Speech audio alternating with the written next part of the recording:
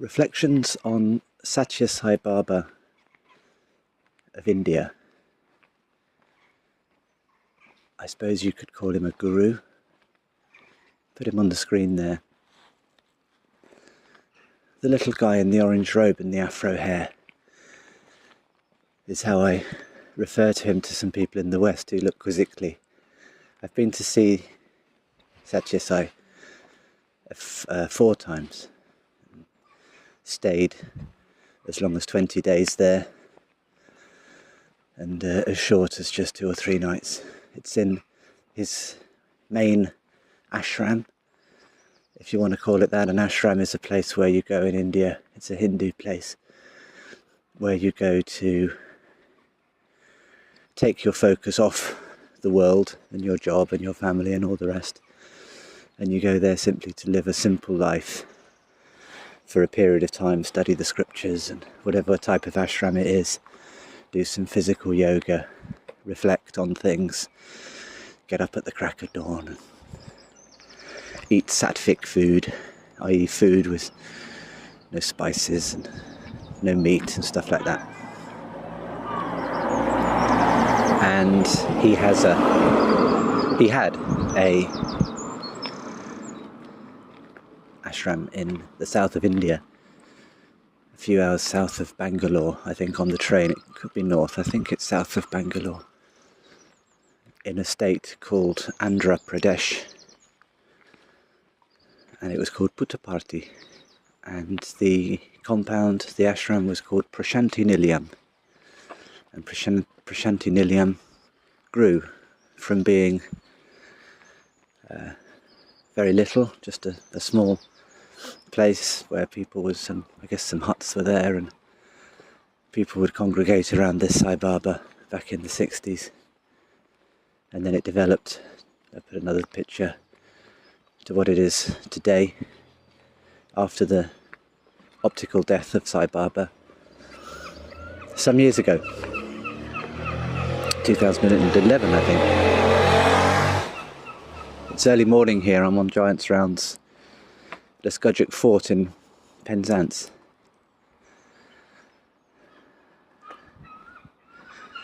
So I first went to see Sai Baba after having an experience.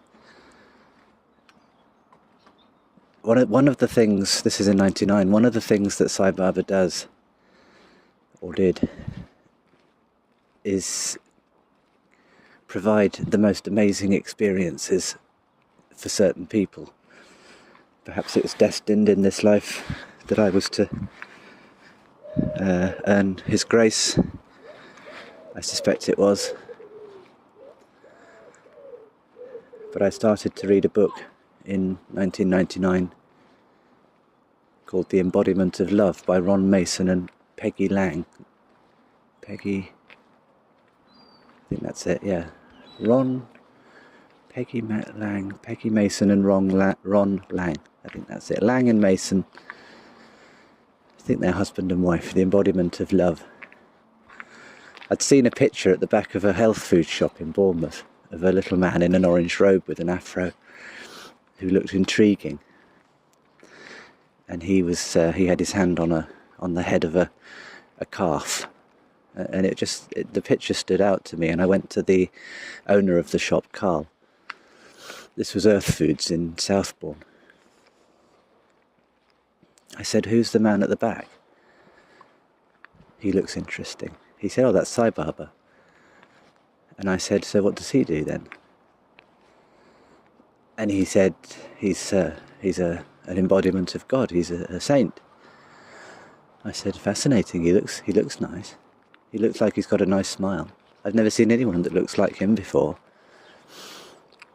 And I said, "Can you furnish me with any reading material or a website maybe?" I'd just got on the line online about the year before. So I had a big old computer. I don't think he was online yet. He brought out a book from the back of the shop, and that was the book I started to read. So anyway, I went off to the library and sat down for an hour and read it, and read some of it, the first 20 pages. And that was the first time I'd heard he's actually saying he's God. And his devotees are saying he's God. Come in the full power of the Lord.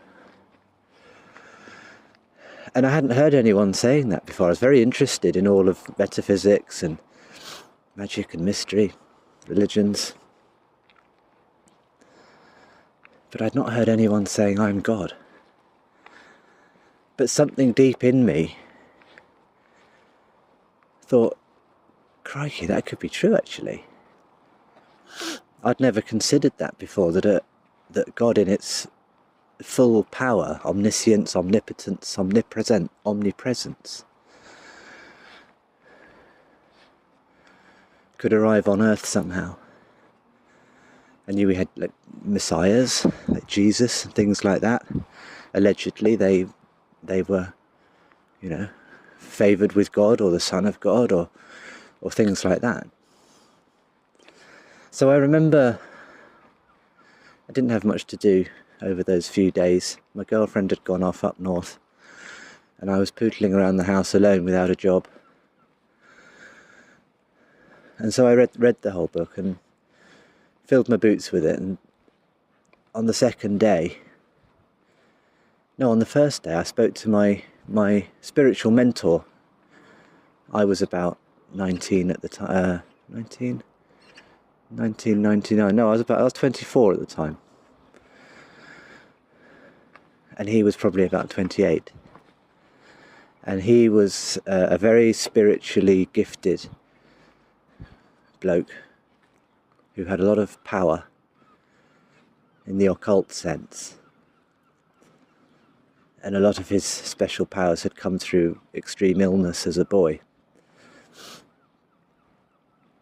And I said to him, there's this chap that I'm reading about called Sai Baba. I phoned him. And he says that he's God. What do you think of this? But it was strange, because even as I was asking the question, there was something in me that just knew it was correct. Even though I never ever thought that could be the case. I never even really believed in God. Not at that stage of my life. I did when I was a very, very young man. Very, like a young boy. But then I moved into believing that, well, if there's a God, it's all of us, there's no separate God, or that attitude. Just get on with your life and work out the bits between the bits, the wiring under the floorboard. We don't need to go along with this God stuff. Fair enough, that was just a trap that people can fall into. But deep down, I've always been a very godly person. As a young boy, I was always thinking about God. And I knew when I was even asking him the question that I was acting by pretending to be not sure. It was like I was hearing myself speak it to him. And measured as ever, he said, well, in India, when I've spoken to people about him, they're either very, very, very pro, like you're saying in this book, they're saying he's God, like that, or they're very, very, very anti. And he said, so based on that alone, I've not read anything about him, I've seen the pictures, that's it. He said his pictures are all over India, in the taxi, in the shop. Wherever you go in India, you're likely to see pictures of him. He said, I go with the people that are positive about him, because they seem like nice and well-rounded people. The people who are anti him didn't really seem that inspiring. So I said, okay. He said, well, okay, yeah, I think you're right. I don't know if he's God. He said, maybe he's like some planetary logos or something. Or maybe a solar logos. Maybe he's a great being that's come to Earth to teach, like they say he has. But I'm not sure if I could say he's the big one himself. I said, maybe a universal logos. He said, yeah, maybe, I don't know. But enjoy your journey and let me know what you find. So that night, I think I'd started fasting on porridge oats. That day, I think I'd intuitively thought this is a good time for me to just stop eating food aside from some porridge oats. I like to do that sort of thing. And I went to sleep that night, and I'd read maybe half the book by then. And I said, it was not a normal prayer. I said, you have said, you've made these claims. And I have to insist now that if this is true, you'd better show me tonight in my dreams. You'd better show me that you're divine. So I went to sleep, and I recall waking up and the pillow was wet because I'd been crying, and I'd felt that I'd had some kind of electricity going through my body. And I woke up at 5 in the morning, whatever it was, 3 in the morning after the dream, and I'd scribbled in my dream diary some words, which I then proceeded to completely forget about. But I remember the pillow was wet. I turned it over and went to the toilet and went back to sleep. And then thought nothing of it because I'd forgotten. 2 days later, having finished the book, I was sitting in a coffee house in Folkestone, round the corner from Southbourne. Nicest coffee in the area. One morning, a rainy morning, and I was sat in the window drinking my coffee and looking out at the people that were walking on the pavement. And I remember feeling so much love for them that I'd never felt anything like that. And there was an old, wretched old boy, when they got arthritis and just walking around, and I remember that I just felt this overwhelming sense of love for him. I don't know quite what it was, a divine love. And tears started falling out of my eyes, just looking at the folk on the street. And I was thinking at the time, well, that must be the coffee. I mean, that's the best coffee. That surely, I hadn't put 2 and 2 together. I'd forgotten about the dream. I wasn't thinking about Sai Baba. And I was staring at this coffee going, this is a fantastic coffee. This really is fantastic coffee. And then, it came back to me. I was like, oh. And my vision that I'd had that night came back to me. In my book, when I went home to check, I'd scribbled in barely intelligible scrawl, dreamt I met God last night. In the vision, there was a group of us, maybe half a dozen or so, stood in a semicircle around a deity, a goddess, whose, all I can say is, her beauty and resplendence could in no way be contained within any way that this world can, through symbols or through painting or through telling about this beauty. You could no way do it.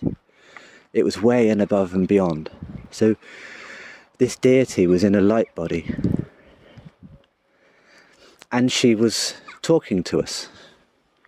We were all looking at her, and she was talking to us, explaining things. I knew that resplendent goddess, who I could see clearly was a deity, was indeed Sai Baba, or at least an aspect of Sai Baba. There was no difference between the little orange man with the afro and this goddess, who I now would guess was Gayatri. And perhaps I was seeing the Saraswati aspect of her. But either way, I'm pretty sure it was Gayatri.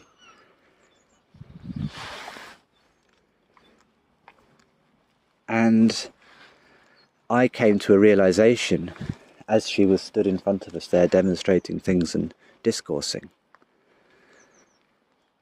And I looked at the others to my left and my right. I was in that semicircle around her. I said, do you understand what the implications of this are? The fact that we're meeting here and she's showing us this. Have you any idea what this means? And in my mind I was thinking, anything can happen now. And some of them were looking at me enthusiastically and nodding their head, and their gaze was fixed on me as I was talking about her. But others weren't interested in what I'd got to say, particularly. Their eyes stayed fixed on this goddess. And I thought to myself, well, the ones that are looking at me don't understand what I'm saying, because if they understood what I was saying, they wouldn't have taken their gaze off Gayatri, off the goddess. Then the scene changes and it's only me and the goddess. And she's stood in front of me, this resplendent divine being. And a voice in my left ear seemed to say, I will use the swear word that was used, you can fuck her if you want, just by moving towards her. And I said, that's ridiculous. You clearly haven't understood. This is a divine being. How, and I started to explain to this entity, whatever it was, like, what are you saying? That's beyond silly. The next thing I know, she holds out, I think, her right hand, and it's moving in and out of the light. So it's there, and then it's not there, and then it's there.